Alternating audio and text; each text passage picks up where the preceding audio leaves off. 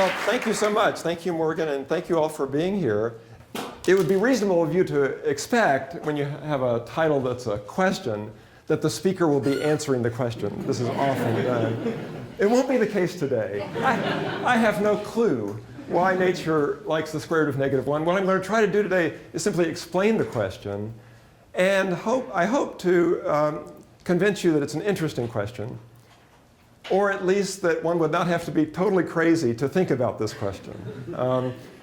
And when I say nature, I'm not thinking so much of nature at the level of trees and flowers and birds and tigers, like this tiger, but more nature at the level of quantum physics, naturally. And, but not that there's no connection. I mean, one could argue that there are quantum physical effects in birds and flowers and so on.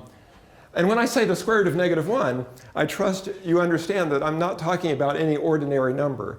If you take a positive number and square it, you get a positive number. If you take a negative number and square it, you get a positive number. Okay? I guess positive's over here. And, but what can you square to get a negative number?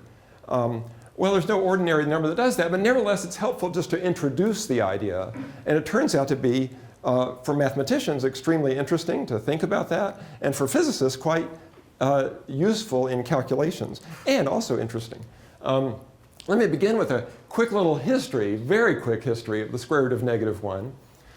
As far as I can tell, I mean, the square roots of negative numbers had popped up in ancient times, but as far as I can tell, Bombelli in the 16th century was the first person who took the idea seriously enough and was bold enough to actually start doing arithmetic with square roots of negative numbers. So he had no clue what the square root of -1 might mean, but he was willing to say that if you take it and subtract it from itself, it will give you 0, because anything else does that. And he was willing, this is not too big a stretch, it seems, but, that if you multiply it by itself, it's going to give you -1, because that's what it means to be the square root of -1. And with that kind of manipulation, he was actually able to solve some math problems that were that had been open at the time and other people couldn't solve. So that was the first example of it being useful. We call square roots of negative numbers imaginary, and that word, as far as I can tell, comes from Descartes, who introduced the term. And we nowadays use the symbol I for the square root of -1. We just call it I, just let it be. We call it something, we call it I, and I squared is -1. And that notation apparently comes from Euler. And Euler also learned a lot about what you can do with I. Yesterday I was digging around in Scal library and just pulling out some old volumes from 1850, 1870 European physics journals. And sure enough, it was not hard to find I in there in calculations. And I took out the first volume of the American Physics Journal Physical Review from 1893, and there were plenty of references to I there. And it was perfectly normal. People were they were not saying, oh, I'm doing this amazing thing. The reader was expected to understand this is a perfectly ordinary thing. So as a tool for calculation, this happened all the time. But I don't think anyone expected that any fundamental physical quantities would be represented by the square root of a negative number. So we're used to positive and negative numbers. I mean, negative numbers are not a problem, right? We have negative temperatures on the Fahrenheit scale. We've all experienced that. And it's even easier to experience it on the Celsius scale. So positive and negative is not a problem. But surely no physical quantity would be an imaginary number. Until quantum mechanics, okay, quantum theory. I use quantum mechanics and quantum theory interchangeably. Quantum theory developed in the first quarter of the 20th century. Let me just give you a brief history of that. It started out as a theory of atoms and light and how atoms interact with light. But it has become really, I would say, the overarching framework for fundamental physics. So if any theory in fundamental physics nowadays is supposed to fit into quantum theory, So quantum theory is not just one of a number of theories. It is the framework in which theories fit. So the theories you read about, like string theory, read about particle physics and the Higgs boson, all of that's fitting into quantum theory. It is an extremely successful theory. It's been around since then, hasn't been changed really since then. We've understood it better, but it hasn't really been changed. It explains not just exotic things, but very ordinary things. So people couldn't understand why metals conduct electricity until there was quantum theory. How do electrons flow through metal without bumping into atoms all the time? You need quantum theory for that, to understand that. It explains why a hot coal glows red rather than green or blue or some other color. And it explains even astronomical things, why a white dwarf star doesn't collapse under its own gravity. So you need quantum mechanics to understand that. So it's extremely successful. And yet, the square root of -1 is absolutely central to the theory. Okay? I think that's a big surprise. I think it must have been a big surprise at the time. And I'm about to now show you how the square root of -1 comes in. Okay, so here we begin with some quantum stuff. This is one of the things, one of the facts one learns in quantum mechanics is that light comes in lumps. The lumps are called photons. There's a photon of light. This is not actually a photon of light. This is my little drawing of a photon of light. And they don't look like this, I'm sure. But that's what it'll look like on the screen. And here, this is called a beam splitter. It's two prisms, two transparent prisms stuck together in just such a way that if you shine a beam of light through it, half the beam will go through and half the beam will be reflected. Okay? It's just designed to do that. Here we have actually detectors that can detect an individual photon. So now what's going to happen when an individual photon hits this beam splitter? There are a couple of things you might imagine. One is that the photon splits into two parts, two halves. One half goes that way and one half goes that way. You could imagine that. That's not what happens, though. Photons don't split in this circumstance. The photon has to go one way or the other. How does it choose whether to go one way or the other? According to quantum mechanics, according to quantum theory, it's a random choice. Okay? It's completely random. As far as we know, there's nothing that the photon carries with it that will tell it what to do. In fact, we have very good reason. In fact, I think we can say we've proved pretty well that there's nothing the photon carries with it that determines what it's going to do. There may be something in the universe that tells it what it's going to do, but it's not happening where the photon is. And the current theory is that there really is nothing, that it's fundamentally random. It's a new thing that happens, that the photon lands here, photon lands there. Nothing in the past could have told us which was going to happen. Okay? Now, just to get some practice, and probability. It's a probabilistic theory. Probably one half of landing there, probably one half of landing there. Now, to get some practice thinking about these probabilities, I want to just consider a slightly different experiment here. So we have a beam splitter here. This is an ordinary mirror. This is an ordinary mirror. This is another beam splitter, just like that one. Here comes a photon. We have these two detectors. And let's try to figure out what's the probability that the photon will land in this detector, and what's the probability the photon will land in this detector. Okay? So it's 50-50 each time. Okay, so let's see. There are 4 equally likely paths, I claim. You can see that there's this, and so on. That's one of the 4. So here are the 2 paths that lead up to this detector. 2 of the 4 paths lead to that detector. And then the other 2 paths lead to this detector. Okay? So there are 4 paths. They're all equally likely. 2 lead up here, 2 lead here. So we conclude that the probabilities are 50-50, half and half. Okay. I wanted to do make this prediction in a slightly different way. Just a little more practice here. So here comes the photon. It has the orange path, I claim, has a probability 1/4. How do we get that? We say it's a probability 1/2 of bouncing off here, a probability 1/2 of bouncing off here.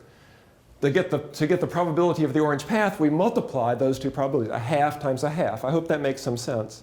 And you get a probability 1/4, which is this. And in the red path, similarly, gets you a probability 1/4. You add those together, the total probability is a half. And the same thing you get if you ask what's the probability of this, right? You have each of these two paths has a probability 1/4 because it's a half times a half.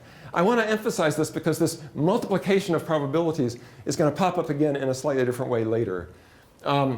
But it's the same answer. We once again get half and half either way. In fact, that multiplying of probabilities is really justified by the kind of counting argument. You had 2 and 2, and so you have a half. So, OK. And now, I want to show you the actual experimental result when you do this experiment. You're wondering, why am I showing you that? Because we already worked it out. We know what's going to happen. It's going to be half of them going to land there, half of them going to land there. But maybe not. Maybe nature won't do that. OK, well, let's just see what it does. And I kind of like to let the suspense build just a little bit to see, is it really true? I mean, in 2 different ways, we've got the same answer, half and half. And our arguments are unimpeachable, right? I mean, what could go wrong? So here's the answer. Every single photon lands here, OK? It's not 50-50. They all land here. OK, 100% of the photons land there. I do have to say, since I know some experimentalists are in the audience, you do have to set this up very carefully to make that be true. But it can be true. It can be done. OK, so what is going on? How do we explain that? Well, I'm about to tell you how we explain that. And notice how crazy that is. I want you to know how crazy that is, right?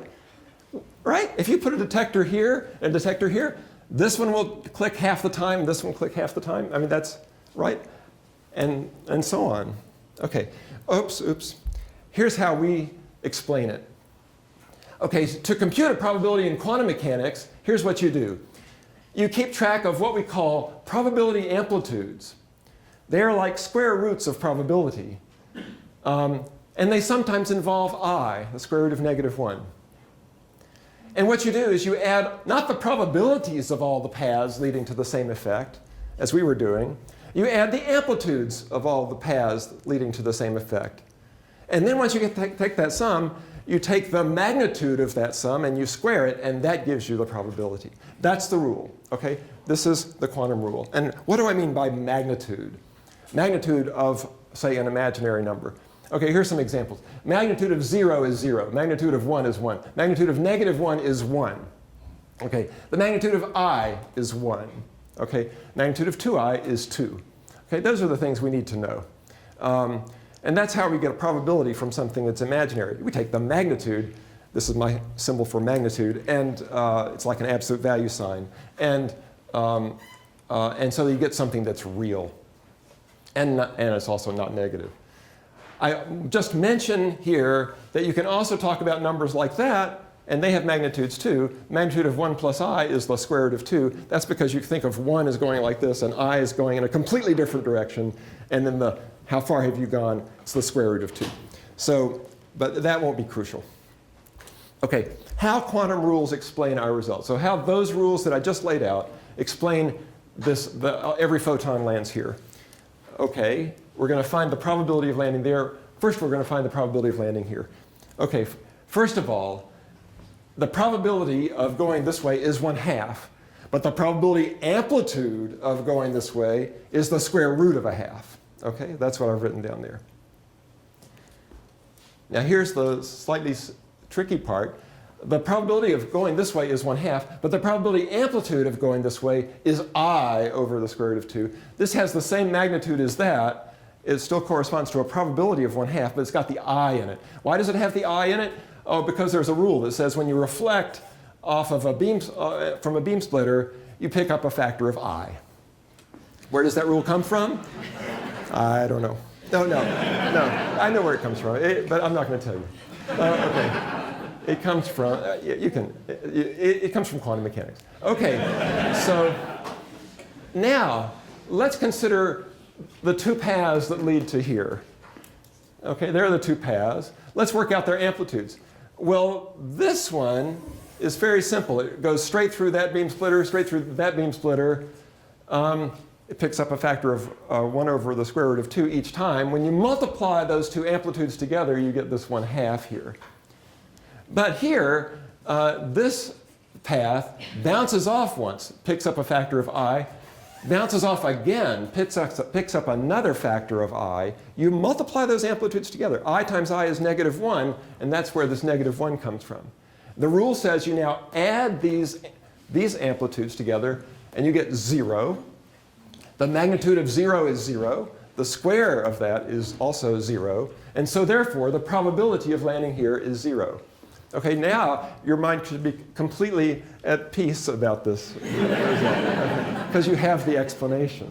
And meanwhile, what's the probability of landing here? Well, in this case, each path bounced off once, had one reflection. So each path picked up a factor of I. When you add those together, you get I for the total amplitude of landing there.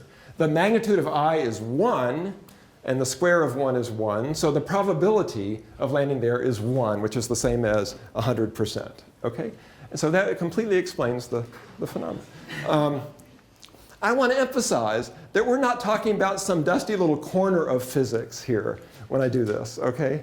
We are talking about the framework in which all fundamental physical theories are placed. So people who do particle physics, people who do atomic physics, do physics of solids, this is what they do every single day. They're doing it, you didn't know that, but they're doing it every day in their labs or offices. They are adding up amplitudes and, like this and squaring them to get probabilities. It's a good time to bring in Niels Bohr. So he said, anyone who is not shocked by quantum theory has not understood it. And you see why? It's very shocking. I mean, look, I have a pair of dice here. Happen to have a pair of dice. What's the probability of rolling a 7? I did not roll a 7. The way you roll, how do you figure out that? You count up how many possible ways the dice can land, and then how many of those add up to 7, right? And you take a ratio and you get the probability. There's nothing like that going on here, right? Nothing like that here. We're adding up these funny probability amplitudes. So I have some questions. Questions for nature, if you will. Why do we have to work with square roots of probability?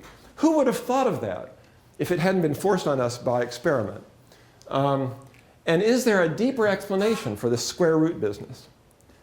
I mean, probabilities are already kind of weird. People argue about the interpretation of probability. What's the square root of probability? You see, that's a tricky thing. And why do the square roots sometimes involve I? Okay. So those are the questions that I have in mind. But there's more physics I want to tell you about, which is relevant to this. Okay, I want to tell you about photon polarization. This is a polarizing filter. You shine light through the filter. All the photons that make it through this filter are polarized.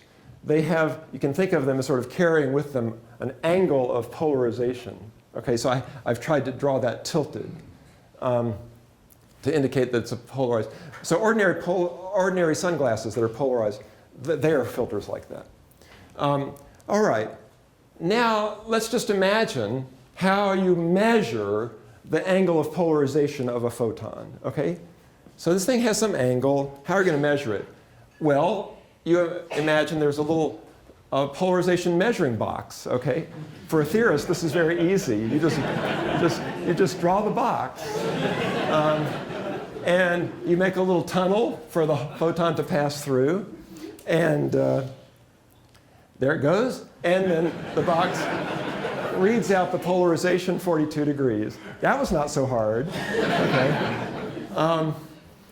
But it turns out that according to quantum theory, no such box exists. There is no such device. You can't build that device no matter how hard you try, according to the theory. It's not a technical problem. I mean, if someone said tomorrow, I've got a box that does this, well, we'd have to throw away a lot of quantum mechanics, or else we'd have to doubt what this guy said. And that's probably the first thing that people would do. But you can't do that. So in all of physics before quantum mechanics, this is what measurement would have meant. You've got this polarization, you measure it, okay? But not in quantum physics. In quantum mechanics, when you have a photon's polarization, the only thing you can do with it, really the best measurement you can make of it is to let it hit another filter. And here it's a binary thing. The photon will either go through the filter or it will get stopped and absorbed by the filter. That's it. Just those two possibilities. No continuum of angles is possible. You just have two possible answers. If the photon happens to be vertically polarized, if its angle is if it's just vertical, then it will definitely pass through this filter. If it's horizontally polarized like this, it will definitely be stopped by that filter. So what's it going to do if it's at some angle that's neither vertical nor horizontal? Okay, it's frustrating for the photon. I hope you understand. It's a little bit like voting. You have all these nuanced views of the candidates, but at the end you have to vote for one or the other, and that's what the photon has to do. It has to commit itself to vertical or horizontal. Okay, it's really got only those choices. It's not going to split. Photons don't split here. It has to go either has to go through. So here it is going through. And by the way, if it gets through, it becomes vertical. Okay, it takes on that polarization. Or start it back here again, it can be stopped. Okay, be absorbed. And those are the only choices it has. So we can't measure, really, the polarization of a single photon. But by measuring many photons that come from the same filter here, we can estimate the probability of passing through this thing. Okay, so the way that works is the closer the photon's polarization is to being vertical, the more likely it is to get through this filter. Does that make sense? The closer it is to being horizontal, the less likely it is to get through that filter. So by counting how many photons get through, we can figure out what the angle is, or at least estimate it. Okay, and by the way, I should say once again, because experimentalists are present, that this is not the way you would do this experiment. You would use a different device, which is a polarizing beam splitter, which instead of absorbing some photons, just redirects them in a different direction so you can detect them there. That way you can count both kinds. That's a better way. But I think it's conceptually easier just to think about a filter. Yes or no. You go through or you don't. And here's the curve, which gives you the probability of passing that vertical filter and how it depends on the angle from the vertical. See, if the angle is, if it's near 0 degrees, if you're very close to vertical, you have a good chance of passing. If you're very close to horizontal, you have a bad chance of passing. It's precisely this curve that one can measure. Okay, and that quantum mechanics predicts. Okay, so what now am I going to do? I'm going to explain this curve here. And anyone who's taken some physics can explain that curve. And I'm going to not explain it in that way. The explanation you're about to hear, you will not find in any physics book. Okay, explaining that curve. So here's how to explain that probability, how probability depends on the angle of polarization. The starting point is to put yourself in the position of the photon, this frustrated photon that has an angle, and it would love to express that angle, okay? But it's being, it's being frustrated by this rule, this crazy rule that says you only have a binary choice. You either go through or you don't, okay? It's being stifled. Okay, its self-expression is being stifled. And so let's suppose the photon says, okay, all right, that's too bad. I'll do the best I can. So maybe this curve that we saw is just the photon trying to do the best it can to express itself. So I'm asking that question. Is the photon doing the best it can to express itself under these difficult circumstances? Why would anyone ask that question? Well, in classical physics, before quantum mechanics, so in the 19th century, in the physics of the 19th century, the past and the future were intimately connected. If you knew the past in every detail, then in principle you could predict the future in every detail. There's a perfect correspondence. That's because it was a deterministic theory. Okay? One thing led directly to the next, and there was a perfect connection between past and future. That can't happen in quantum mechanics because it's probabilistic. This thing can't possibly tell you what the angle is. But maybe there's some residue of classical physics in that there's at least an optimal connection between past and future, even if it can't be perfect. Okay? So let's go with that. Let's try that. Okay, and to play with that idea, I'm imagining a communication puzzle. So there's no physics for the next few slides. This is just a little abstract communication puzzle. We have Alice over here and Bob over here. And Alice is going to think of a number between 0 and 90. Why 0 and 90? Because she's playing the role of the photon. It's like between 0 and 90 degrees for the polarization. Okay, she's going to think of a number. And then we've made up some rules for her to follow. She would love to convey that number to Bob, and Bob would love to know what that number is. But we've made up some rules, sort of like the quantum rules, that make it difficult for Alice. What are the rules? Okay, the deal is, the only way we're allowing her to communicate is she has to somehow encode her number in the probability of heads of a coin that she constructs. Alice has remarkable coin constructing abilities.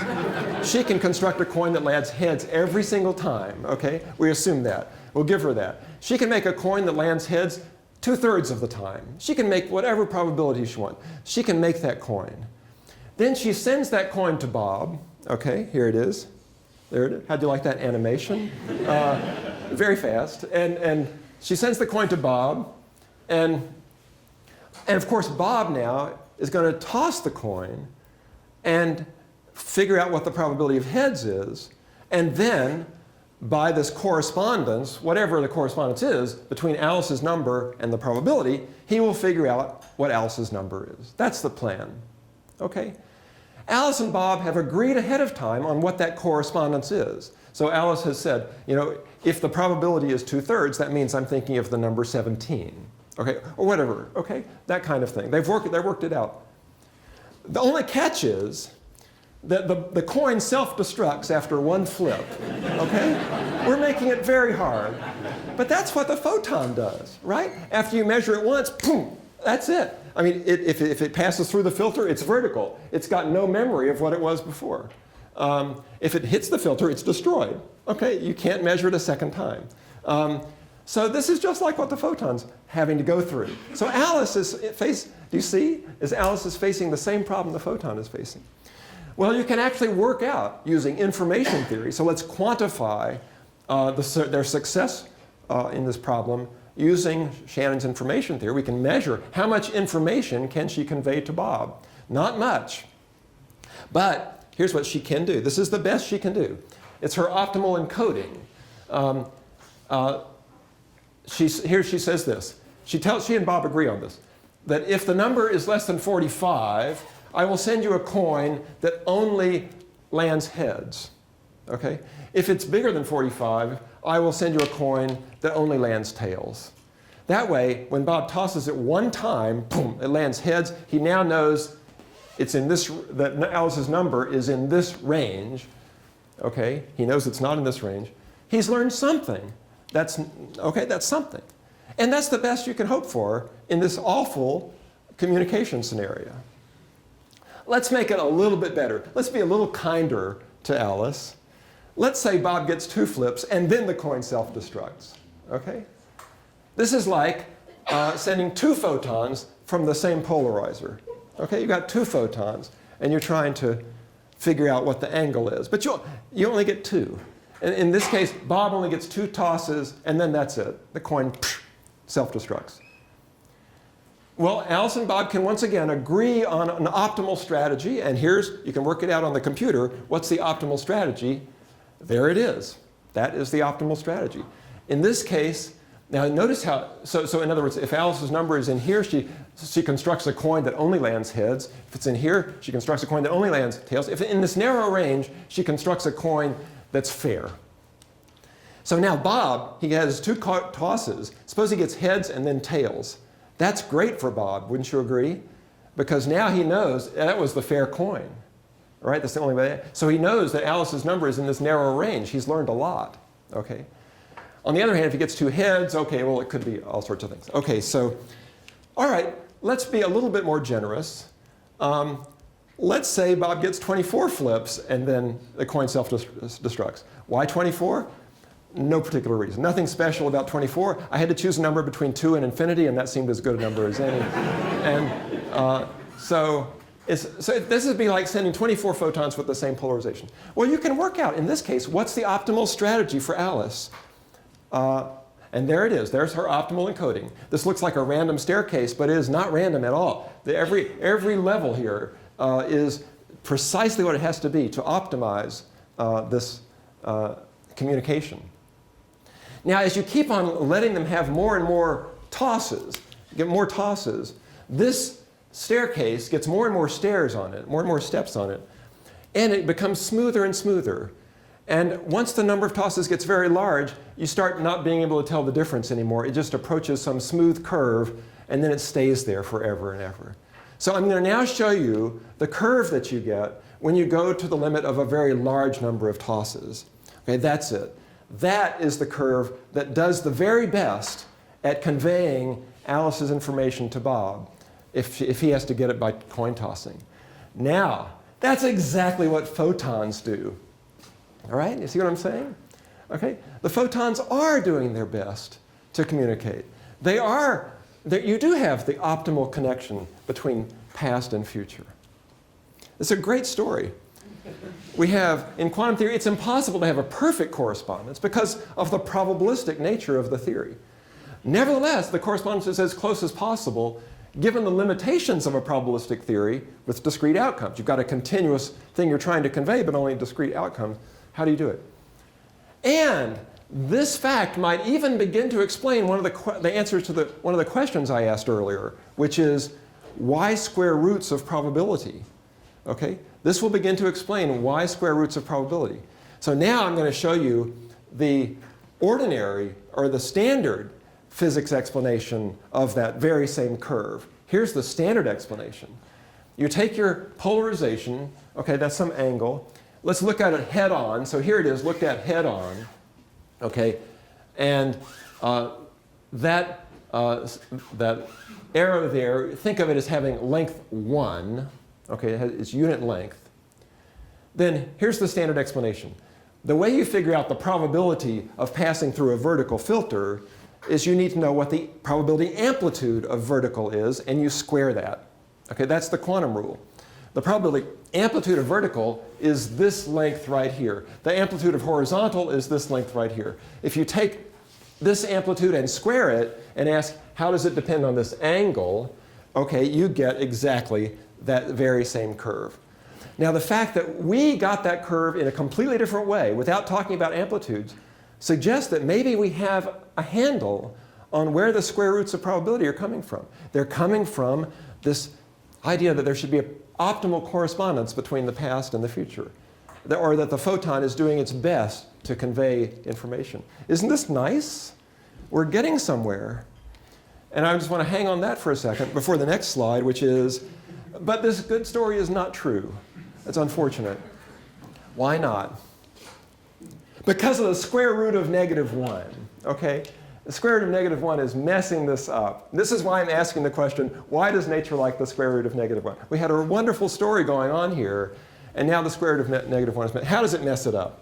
Okay, how I ruins the story. Okay, well, here's the picture I just drew. This is the amplitude for vertical and the amplitude for horizontal. But what I haven't told you is that there are other polarizations possible of a photon in which the amplitudes involve I. And let me show you what I'm talking about here. Okay, so here, this is supposed to be a 45-degree polarized photon. So anyway, here's its polarization vector. Those are its amplitudes for vertical and horizontal, and you see the number 1 up there on that scale. But there is also a polarization where the amplitudes are like this. I haven't changed the amplitude for horizontal, that's looking the same, but the amplitude for vertical is purely imaginary, okay? It's some fraction of I, okay? There really exists such a polarization. And what is it? Here it is. It's, well, okay, that's not what it really looks like. It's called circular polarization, okay? It is another polarization. How do you make it? you make it by starting out with a 45-degree polarized photon, and then sending that through this material here, which is called a birefringent material. What effect does that have? It has no effect really on the horizontal amplitude, but it changes the amplitude for vertical by throwing some I in there, okay? And if you have it just the right width, it will make that vertical amplitude precisely imaginary. It will make it proportional to I, and that's called circular polarization. And the problem is, so this is why it ruins the story, is that this measurement that we're talking about, which is really the best kind of measurement you can make, it's, there's something fundamentally binary about photon polarization. It gives you the same probability for both of these cases. These cases are quite different, but this thing can't tell the difference. The probability of landing in this detector is 1/2 in this experiment. It's also 1/2 in this experiment. So there's something that we're just not getting. And I could tell you also that if you change the thickness of this, that's completely not unreflected in the probability here. This probability here can't see that thickness. Okay, it can't see that. There's a dimension there that can't be seen by our measurement. So that's how I ruins the story. Our measurement can access the magnitude of vertical and the magnitude of horizontal, but it can't access the amount of I in each amplitude. So because of the I being there, a given measurement can only access half the information. So therefore, communication is not optimal after all. So this great story that I was telling you, unfortunately, is not true. It's like close but no cigar, okay? That's the way I think about it, actually. I say that to myself almost every day, close but no cigar. It's not optimal because of I. And this goes on. It's not just photons. This is true for any quantum object. You can be talking about an atom, talking about an electron, talking about a Higgs boson, anything. If probability amplitudes were real numbers, then the information transfer, that we're talking about from the past to the future, would indeed be optimal for any quantum system, okay? Not just photons. This would be a very general fact. But because of I, a given measurement can only access half of the information, and that's also true for any quantum system. So the question, why does nature like the square root of -1, is closely related. It's almost the same question as, why is there this factor of 2? Why does a measurement only access half the information that's there? Okay? I think that's an interesting question. And I don't think we know the answer, really. I think many physicists will say, we don't need to know the answer. I think that would be a perfectly legitimate position. We don't need to know. We have rules that work. Why rock the boat? The rules work, but still it feels like there's something there left to be understood.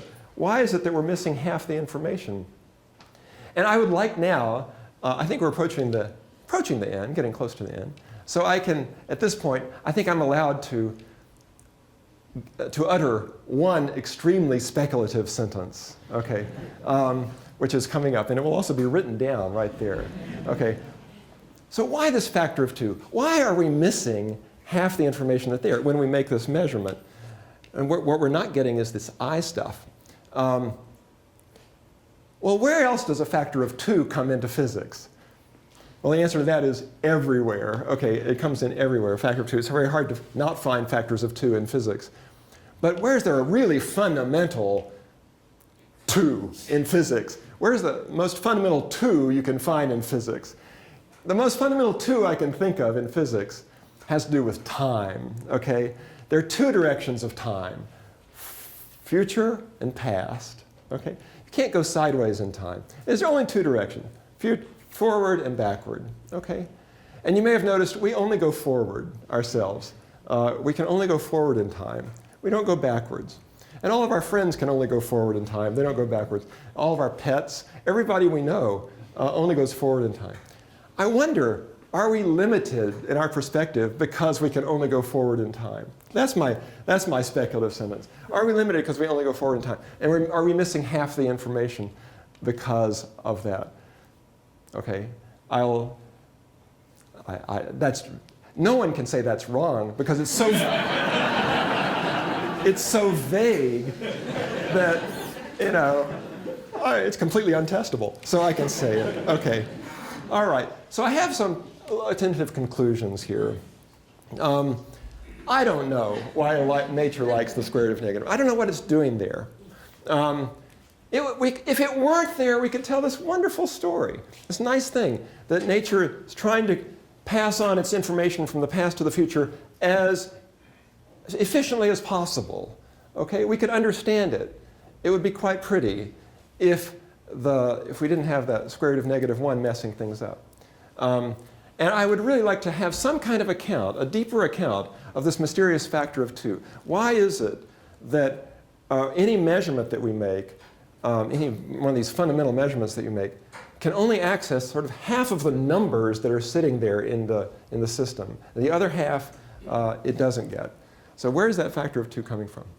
Those are some questions I had.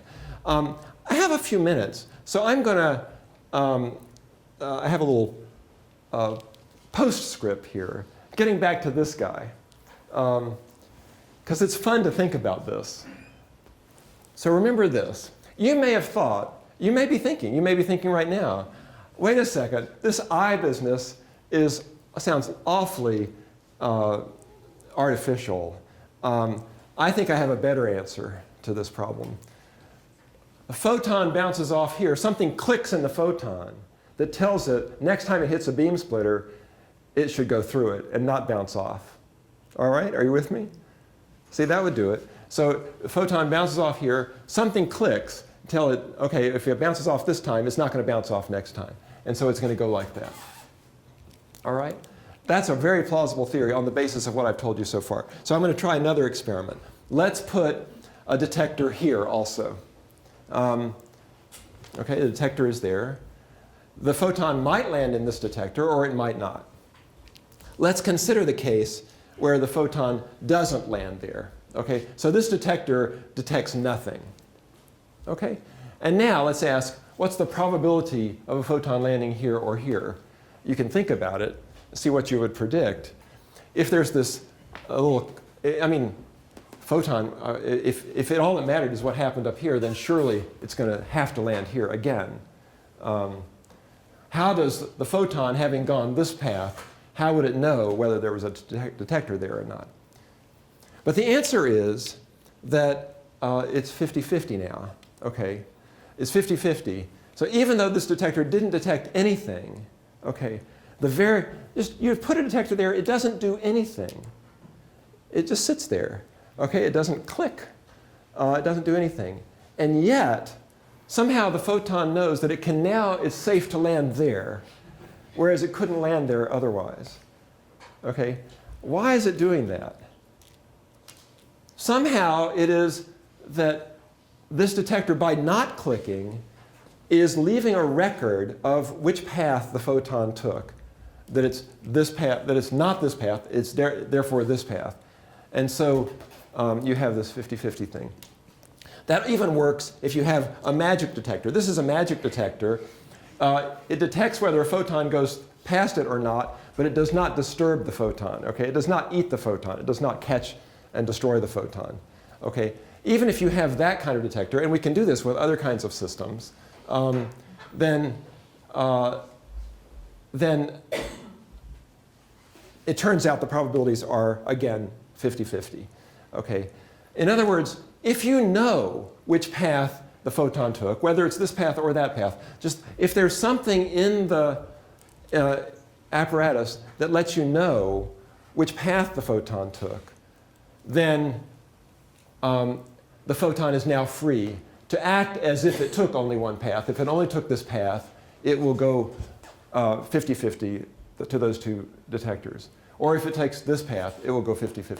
But if you don't put the detector there, and there's no way of knowing which path the photon took, then it can do this weird stuff with probability amplitudes, and you add up the i's, and you get the zeros.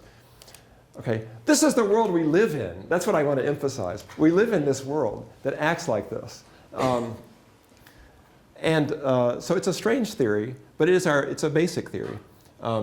And for me, still quite mysterious. Thanks very much for listening.